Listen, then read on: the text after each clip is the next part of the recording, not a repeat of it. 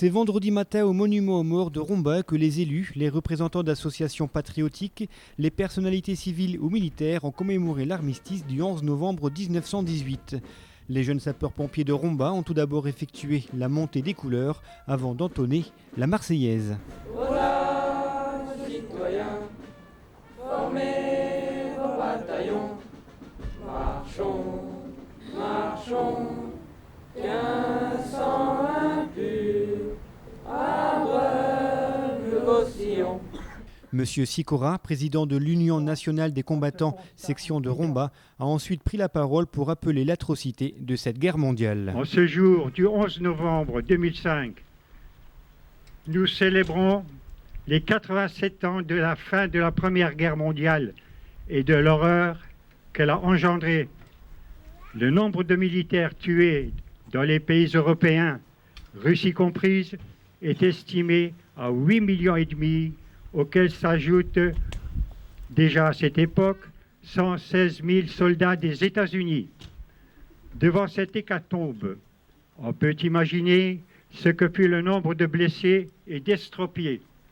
Cependant, il ne faut pas oublier les pertes civiles dans les mêmes pays, estimées à 8 millions de morts par fait de guerre, massacres ethniques, déportations et famines, entraînés par les désorganisations économiques et les structures dues à la guerre. On aurait pu penser que la sagesse des nations tirerait les leçons d'une si terrible expérience. Il n'en fut rien. 20 ans plus tard, la guerre embrasait à nouveau le monde et provoquait la mort de 2 fois plus de personnes.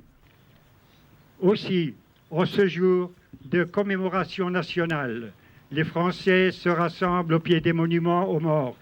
Ils viennent rendre un hommage reconnaissant et respectueux, non seulement aux poilus de 14-18, dont le sacrifice a pris une valeur d'exemple, mais aussi à ceux de 39-45, à ceux des rizières, des djebels, à ceux des opérations et missions extérieures tombés pour assurer l'indépendance du pays, défendre la liberté des hommes et tracer les voies de la paix.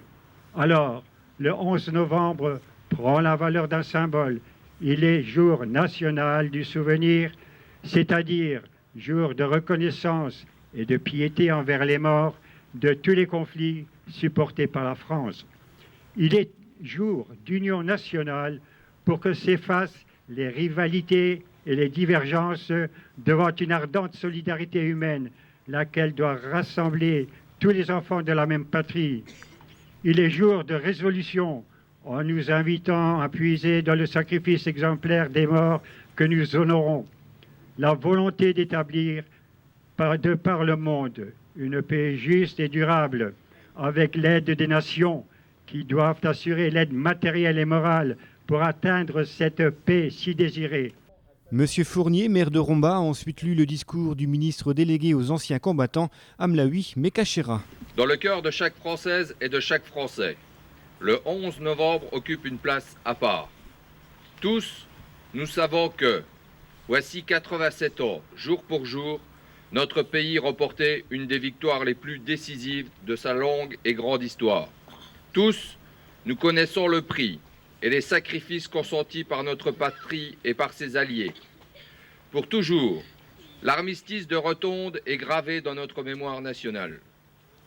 Nos pensées vont vers les combattants de cette guerre sans merci, vers les victimes civiles et militaires. En ce jour, face au monument aux morts de France, nous nous inclinons avec émotion devant les noms de ceux qui sont tombés au champ d'honneur. Patriotes loyaux, ils ont hautement servi la République.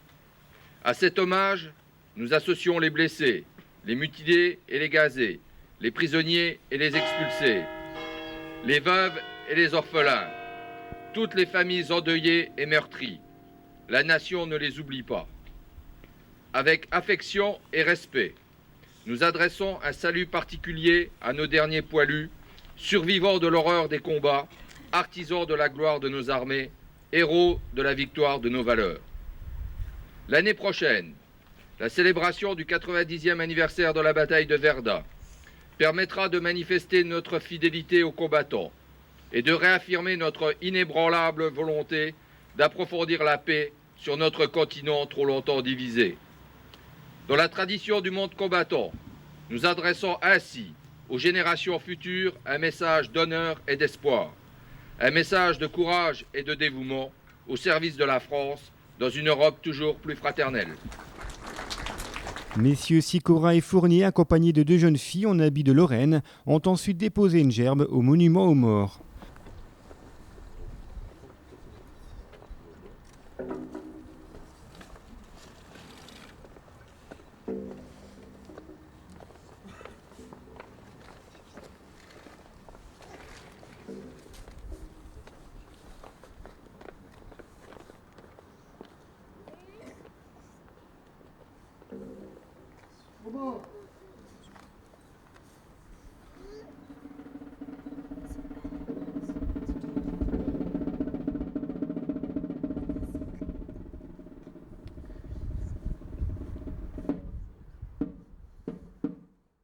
Ce sont les élèves de CM2 de l'école primaire de la ville haute qui ont clôturé cette cérémonie en chantant également la Marseillaise. Contre nous de la tyrannie, l'étendard sanglant élevé, l'étendard sanglant élevé.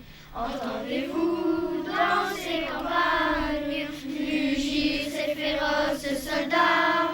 Ils viennent jusque dans nos bras, égorger vos fils, vos compagnes.